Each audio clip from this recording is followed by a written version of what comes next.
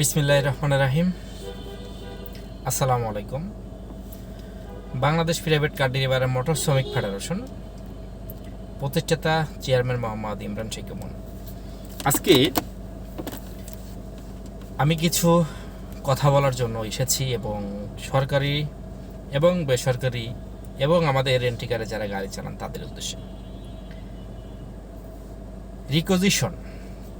Recognition মানে কি এবং রিকোজিশন এবং কি কাজে ধরা হয়, রিকোজিশন কি কাজে অব্যাহত রয়েছে এবং কার্যক্রম রয়েছে।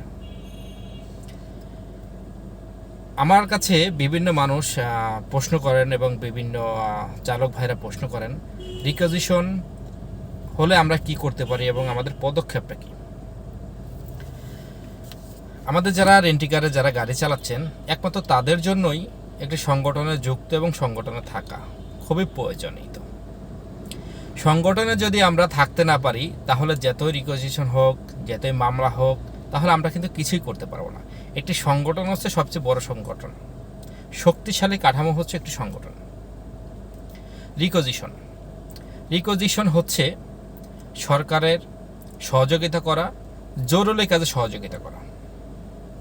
এই রিকোজিশন জরুরি কাজে এবং সরকারি কাজের লাগানো হয়, মানে যানবাহন বলা হয়। রিকোজিশন বলা হয় একটি যানবাহন এবং সরকারি কাজে সহযোগিতা করা। এবার আসুন, রিকোজিশন কাকে দেওয়া হবে এবং কাগজে লেখা আছে রিকোজিশন এবং ঢাকা এবং জেলা প্রধান এবং জেলা ডিসি, এবং এরা যদি বলে যে রিকোজিশন একটি গাড়িতে দিবে তাহলে অবশ্যই দিতে বাধ্যতামূলক, সেটা না হয় বুঝলাম। তো রিকোজিশন যদি খাটে তাহলে একটি মালিক কিন্তু কখনো খাটবে না, একটি ড্রাইভারকেই খাটতে হবে। এবার আসুন, আমাদের রিকোজিশন খাটলে কি কি সুবিধা এবং কি কি অসুবিধা আছে সেটা আমি বলবো। অসুবিধা হচ্ছে বেশি, সুবিধা হচ্ছে 99% অসুবিধা। আমি সরকারকে বলতে চাই এবং জেলা প্রধানকে বলতে চাই এবং জেলা ডিসিকে বলতে চাই, রিকোজিশন আপনারা যখন দিবেন একটি চালক ছাড়া কিন্তু আপনি কোথাও আগাইতে পারবেন না। তো রিকোজিশন হচ্ছে এমন একটা জিনিস, অবশ্যই আমরা সহযোগিতা করব আপনাদের, কারণ রিকোজিশনে এবং আমরা সরকারি কাজে সহযোগিতা করব ইনশাআল্লাহ। তো আমি বলতে চাচ্ছি রিকোজিশন হচ্ছে 3টা ধাপ থাকে, 3 দিন, 5 দিন এবং 1 সপ্তাহ। 3 দিন একটি গাড়ি রিকোজিশন দিতে পারেন, 5 দিন দিতে পারেন এবং 7 দিন দিতে পারেন। 7 দিনের উভয় কিন্তু আপনি একটি গাড়ি আটকায় রাখতে পারবেন না, রিকোজিশন আপনি খাটাইতে পারবেন না। 7 দিনের উপরে পৃথিবীর কোথাও খাটতে পারে না। এবার আসুন, রিকোজিশন খাটলে ড্রাইভারের সুবিধাটা কি। রিকোজিশন খাটলে ড্রাইভারের সুবিধা হচ্ছে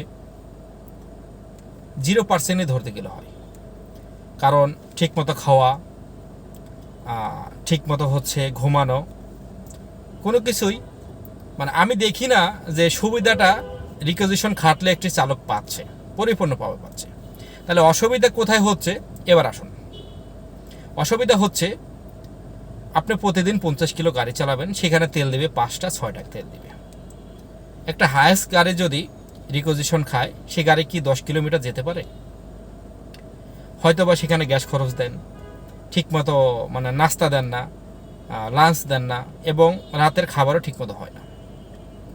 একটি রিকোজিশন একটি গাড়ি যদি 3 দিন খাটে, আমি 3 দিনের হিসাবটাই ধরলাম, 3 দিন যদি খাটে, তার সকালে নাস্তা, দুপুরে লাঞ্চ এবং রাতে ডিনার, রাতে ঘুমানোর একটা সুব্যবস্থা, এগুলা কিন্তু একটি সরকার একটি যে থানায় রিকোজিশন খাটবে সেই থানায় কিন্তু প্রদান করার দায়িত্ব।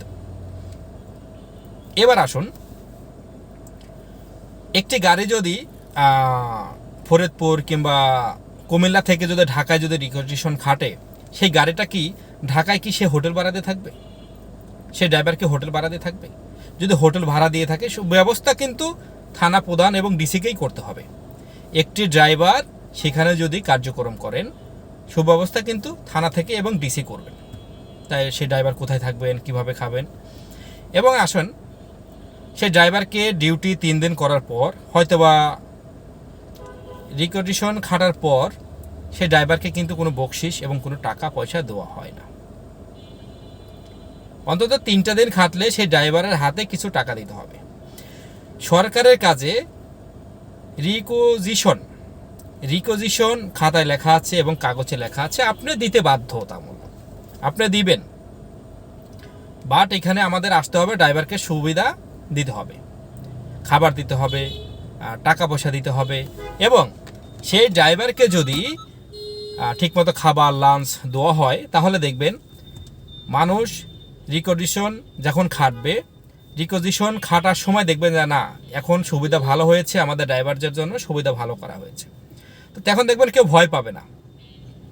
অনেকেই আছেন দেখবেন একটি সরকারি কাজের একটি জেলাতে 5টা গাড়ি লাগবে, সেই গাড়িটা কিন্তু ম্যাক্সিমাম হাইক্স গাড়িগুলো ধরে থাকেন।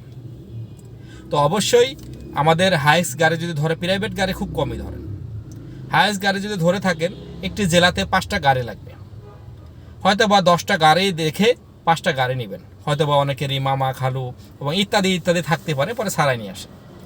রিকোজিশন আমি বলতে চাই আপনারা খাটান, সরকারের কাজে অবশ্যই আমরা সহযোগিতা করব, কিন্তু এখানে যদি আমরা অসুবিধা পাই তাহলে এটা আমরা প্রতিনিন্দা জানাতে পারি এবং এখানে আমরা প্রতিবাদ করতে পারি।